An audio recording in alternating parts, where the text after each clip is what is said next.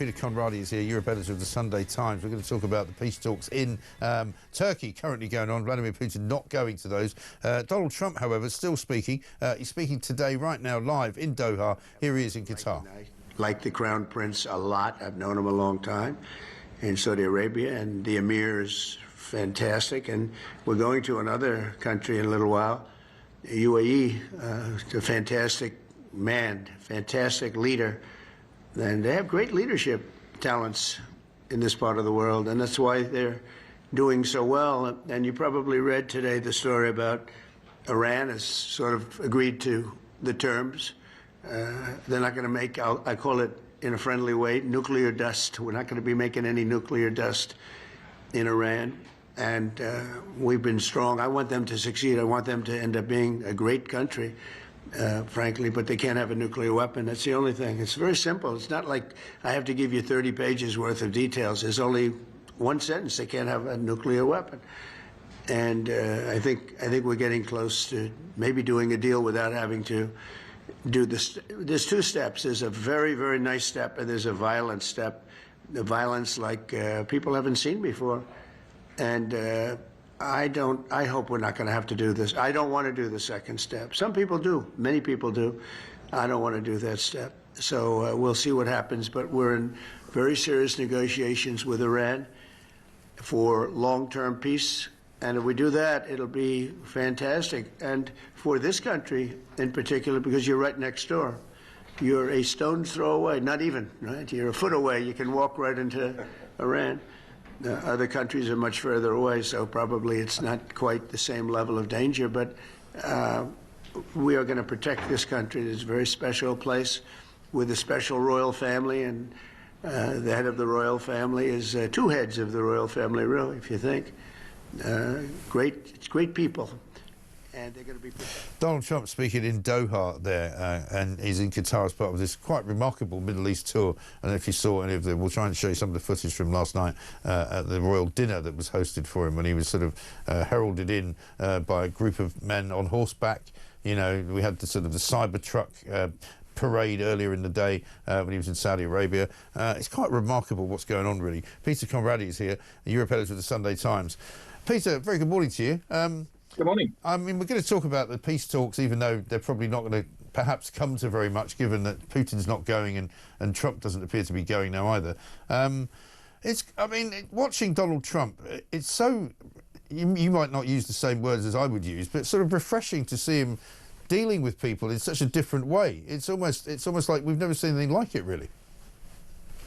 Yeah, I mean, refreshing. Yeah, I mean, refreshing in a way. Extraordinary, I think. I mean, if you think of the usual kind of previous American presidents' visits to these regions, it's very formal. It's very kind of stylized. It's all sort of following this old kind of script. Whereas here he comes and sort of there's always praise for the local leaders in very, very personal terms. It's clear that he's impressed by them. And I mean, you can actually say, well, yes, he's right. It is simple. It does boil down with Iran to, we don't want you to make nuclear weapons. You don't, as he put, you don't need 20 pages or 30 pages to say that. So, yeah, I sort of agree with you, actually. Yeah.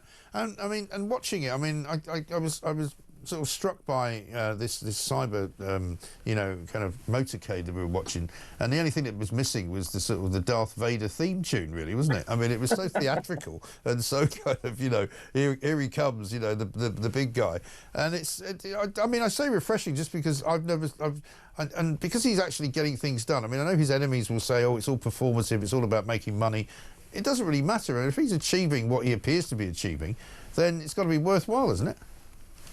Well, it's a different approach, isn't it? I mean, you've got all these intractable conflicts in the world, and in a sense, conventional diplomacy has not really dealt with them. I mean, whether Trump has actually succeeded so far in actually dealing with any of these problems is another question. But I mean, he's giving it a try, so yeah, why not? Certainly, really? When Biden gave a load of money back to Iran and freed up from the sanctions, they went and bought a load of drones from wherever it was, Russia or China, and decided to lob them all at Israel. So that wasn't the greatest idea that anybody ever had either. No, that didn't go that well, did it? No, exactly right. And what about this peace process in Turkey now? Because the fact that there even is one, I suppose, is a good thing, but without any of the major players. Yeah, I mean, basically the problem is that it's Putin. I mean, obviously, Putin is the problem, but Putin wants to appear to the Americans. He wants to get in with the Americans. He wants to give the impression that he wants peace, but fundamentally he doesn't, or he really just wants it on his terms. And his terms are having a Ukraine which is completely emasculated, which is neutral, which can never join NATO, is weakened, is there for when Putin wants to have another go at it. And the trouble is he has to somehow square this circle of he wants to get in with the Americans, he wants to do deals with the Americans want to do deals with him. But there is just this fundamental problem at the heart of it that Ukraine and Russia cannot agree on a way forward. And despite all this toing and froing, I don't quite see how they're going to agree on one. No, I mean, it's seemingly an intractable situation, isn't it? Because, you know, this idea that you kind of leave Crimea kind of hanging and nobody's really sure who owns it, but Russia kind of controls it but doesn't, you know, that Zelensky kind of still has it as part of his country but doesn't, and nobody's very sure if that's where it's all going to end. I mean, that's kind of where it is at the moment, isn't it?